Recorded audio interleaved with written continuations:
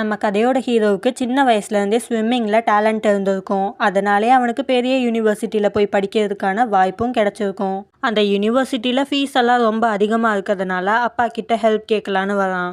ஹீரோவோட அப்பாவுக்கு ஆல்ரெடி கல்யாணமாகி ஜான்னு ஒரு பையன் இருக்கான். ஹீரோவோட அப்பாவும் ஹீரோவோட அம்மாவும் ஒரு நாள் ஆக்சிடெண்ட்டாக ஸ்டே பண்ணியிருப்பாங்க. அப்படி தான் ஹீரோ பிறந்திருப்பான். அதனாலே அவருக்கு ஹீரோ மேலே பெருசாக பாசம்லாம் கிடையாது. ஹீரோவுக்கும் ஹீரோவோட அப்பாவுக்கும் வாக்குவாதம் ஆயிடுது. அதில் ஹீரோவோட அப்பா கிளாஸ் எடுத்து ஹீரோவோட தலையிலே அடிச்சிடுறாரு. தலையில் ரத்த காயத்தோட ஹீரோ வீட்டுக்கு வர அதை பார்த்து ஹீரோவோட அம்மா ரொம்பவே கஷ்டப்படுறாங்க. அவங்க தான் இத்தனை வருஷமாக ஹீரோவை தனி மனுஷியாக வளர்த்துருப்பாங்க. ஹீரோவோட அப்பா ஃபீஸ் கட்டுறதுக்கு ஹெல்ப் பண்ணாததால் ஹீரோ நிறையா பார்ட் டைம் ஜாபெல்லாம் பண்ணிக்கிட்டே அந்த யூனிவர்சிட்டியில் படிக்கிறான். அதே யூனிவர்சிட்டியில் தான் ஹீரோவோட ஸ்டெப் பிரதர் ஜானும் படிக்கிறான். ஹீரோவுக்கும் ஜானுக்கும் பெருசாக ஒத்து போகாது. யூனிவர்சிட்டியிலேருந்து ஒரு ஸ்விம்மிங் காம்படிஷன் நடத்துகிறாங்க. அதில் ஹீரோ ஜானை தோக்கடிச்சு ஃபர்ஸ்ட் ப்ரைஸ் வாங்குறான்.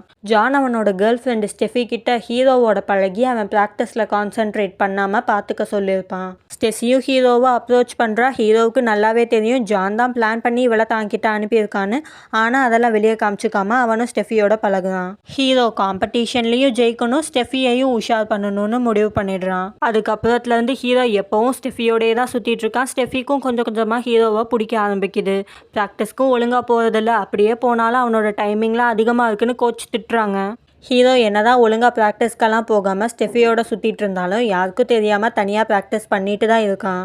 ஜான் ஹீரோ கிட்ட ஏண்டா போயும் ஒரு பொண்ணுக்காக உன் ட்ரைனிங் எல்லாம் ஸ்கிப் பண்ணுறியான்னு கேட்க, எனக்கு என் ட்ரீமை விட ஸ்டெஃபி தான் முக்கியம். ஆமாம், உனக்கு கூட ஸ்டெஃபி மேலே ஒரு கண்ணு இருந்ததில்ல, இப்போ அவன் என் கேர்ள் ஃப்ரெண்ட் ஆகிட்டனால அப்செட்டாக இருக்கியான்னு கேட்க, ஜானோ எனக்கு அந்த ஸ்டெஃபியை விட என் ட்ரீம் தான் முக்கியம்னு சொல்லிட்டு போகிறான். ஜான் பேசினது எல்லாத்தையும் ஸ்டெஃபி கேட்டுடுறா. ஜான் தன்னை யூஸ் தான் பண்ணியிருக்கான், அவன் தன்னை லவ் பண்ணவே இல்லைன்றதை புரிஞ்சுக்கிட்டு இப்போ உண்மையாகவே ஹீரோவை லவ் பண்ண ஆரம்பிச்சிடுறா.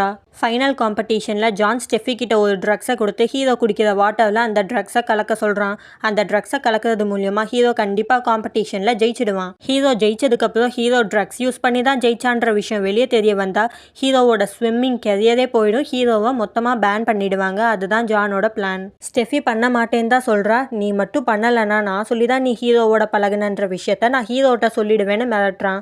வேறு வழி இல்லாமல் ஸ்டெஃபியும் அந்த ட்ரக்ஸை வாங்கி வச்சுக்கிறா. இவங்க ரெண்டு பேரும் பேசிகிட்டு இருக்கதா ஹீரோ மறைஞ்சு நின்று கேட்டுட்ருக்கான். ஃபைனல் காம்படிஷனும் நடக்குது. அந்த காம்படிஷனில் ஹீரோ தான் ஜெயிக்கிறான். ஜான் ஹீரோ ட்ரக்ஸ் யூஸ் பண்ணி தான் ஜெயிச்சிருக்கான்னு கம்ப்ளைண்ட் பண்ண எல்லா பிளேயர்ஸ்க்குமே ட்ரக்ஸ் யூஸ் பண்ணியிருக்காங்களான்னு தெரிஞ்சுக்கிறதுக்கான டெஸ்ட் எடுக்கிறாங்க. டெஸ்ட் ரிசல்ட்டில் ஹீரோ ட்ரக்ஸ் யூஸ் பண்ணலன்னு ஜான் ட்ரக்ஸ் யூஸ் பண்ணியிருக்கான்னு வந்தது. ஹீரோ தான் அந்த ட்ரக்ஸ் கலந்த வாட்டர் பாட்டிலை மாற்றி வச்சுருக்கான்.